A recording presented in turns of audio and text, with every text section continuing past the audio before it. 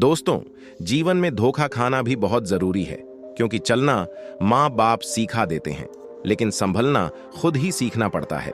जिंदगी बहुत छोटी है, इसलिए किसी इंसान का पीछा करने से कई गुना बेहतर है अपने सपनों को पूरा करना। जिंदगी हंसते रहो, इसलिए नहीं कि आपके पास हंसने का कारण है, इसलिए क्योंकि दुनिया को रत्ती भर फर्क नहीं पड़ता। आपके आंसुओं से चील की ऊंची उड़ान देखकर चिड़िया कभी डिप्रेशन में नहीं आती, मगर इंसान की ऊंची उड़ान देखकर इंसान खुद बहुत जल्दी डिप्रेशन में आ जाते हैं।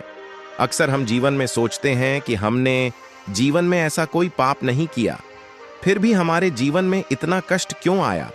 यह कष्ट और कहीं से नहीं, बल्कि लोगों की बुराई करने के कारण उनके पाप कर्मों से आया होता है, जो बुराई करते ही हमारे पास आ जाता है।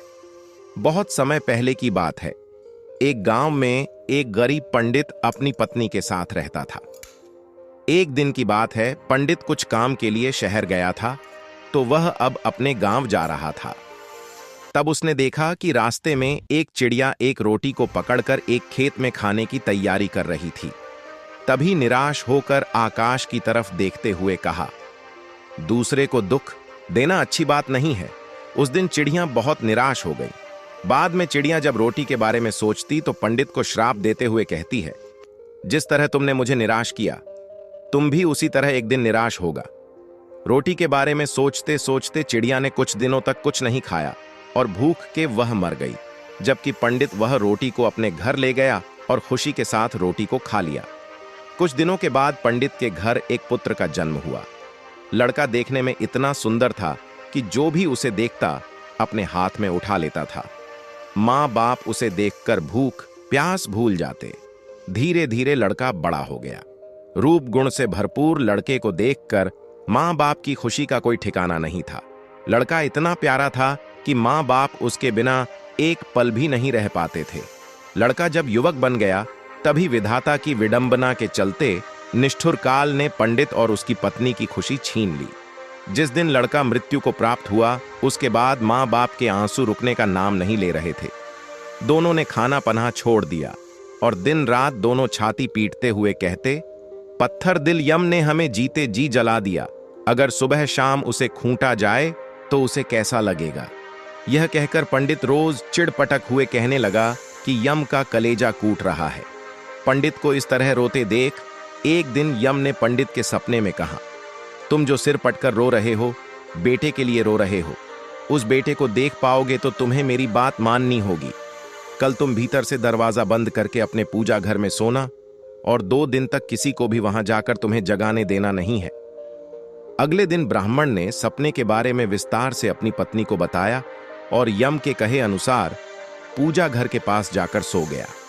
जब पंडित को गहरी नींद आई, तब एक यमदूत वहां आया और पंडित का शरीर वहीं छोड़कर उसकी आत्मा को अपने साथ यमपुरी लेकर चला गया। यमपुरी में पंडित ने ना जाने कितने सारे नजारे देखे। कहीं पापी को यमदूत कूट कूट कर दर्द दे रहे थे, तो कहीं भयंकर पापी को उन्हें घसीट कर नरक कुंड में डाल रहे थे। झुंड बनाकर यमदूत घूम रहे थे, शोर मचा रहे थे। इस तरह जगह जगह अजीब मंजर देखकर पंडित के होशों उड़ गए और डर के मारे वह कांपने लगा। यमदूत उसे यमराज के पास लेकर आया। डर के मारे थर थर कांप रहे। पंडित को देखकर यमराज ने उससे कहा, पुजारी डरो मत, तुम्हें यहां कुछ नहीं होगा। जरा तुम उन नौजवानों की तरफ देखो, क्या उनमें से कोई तुम्हारा बेटा भी है। पंडित ने उन नौजवानों तरफ देखा तो अपने बेटे को मौजूद पाया। बेटे को देखकर पंडित ने खुश होकर यह से कहा, जी महाराज, वह मेरा बेटा है। पंडित का जवाब सुनकर यमराज ने कहा, उसे यहां बुलाओ, अगर ना आए तो वहां जाकर बुला लाओ। पंडित ने अपने बेटे को पुकारा, मगर वह नहीं आया। तब उसके पास जाकर बोला, मेरे बच्चे, मैं आया हूं, तुम मेरे साथ चलो। पंडित ने 2-3 बार इस तरह कहा, मगर बेटे ने उसकी तरफ देखा ही नहीं। तब उसका हाथ पकड़कर पंडित ने कहा, मेरे बच्चे इधर देखो तो मैं हूं तुम्हारा पिता। यह सुनकर बेटे ने बाप की तरफ देखकर चिल्लाकर कहा, तुम मुझे बेटा क्यों कह रहे हो? मैं तुम्हारा बेटा नहीं हूं। कभी तुमने चिड़िया को तकलीफ पहुंचाकर उसके मुंह का खाना छीन लिया था। उसी का बदला लेने के लिए मैं तुम्हारा बेटा बनकर तुम्हारे घर पर जन्म लिया था। अब याद आया ना, जिस तरह मेरे मन को तुमने तकलीफ पहुंचाई थी, उसी तरह मैं तेरे मन को तकलीफ पहुंचाकर चला आया। बेटे का जवाब सुनकर पंडित निराश हो गया और यमराज के पास उदास होकर बोला, वह मेरा बेटा नहीं है। पंडित की बात सुनकर यमराज ने उससे कहा, तुम लोग बेवजह मुझे कोस रहे थे, अब पता चल गया ना किसका कसूर था। इतना कहकर यमराज ने दूत को इशारा किया और दूत पंडित की आत्मा लेकर तुरंत उसके पूजा घर में पहुंच गया।